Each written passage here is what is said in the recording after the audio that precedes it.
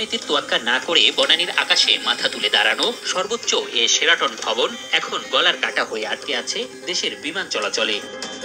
আশপাশের সব ভবন সিভিল এভিয়েশনের নিয়ম অনুযায়ী উচ্চতায় 200 ফিটের মধ্যে হলেও 28 তলার শেরাটন ভবন উচ্চতায় প্রায় 350 ফিটেরও বেশি, যা শাহজালাল আন্তর্জাতিক বিমানবন্দরে বিমান ওঠানামার জন্য এখন বড় ঝুঁকির কারণ। শাহজালাল ইন্টারন্যাশনাল এয়ারপোর্টের যদি ইয়াটা ধরে রেফারেন্স ধরে যদি আমরা করি তাহলে এটার হাইটটা বেশি আছে। এটা একটা ঝুঁকি আমাদের এভিয়েশন থেকে যাচ্ছে। বিষয়টি রাজধানী উন্নয়ন কর্তৃপক্ষ রাজককে বারবার অবহিত করেছেন।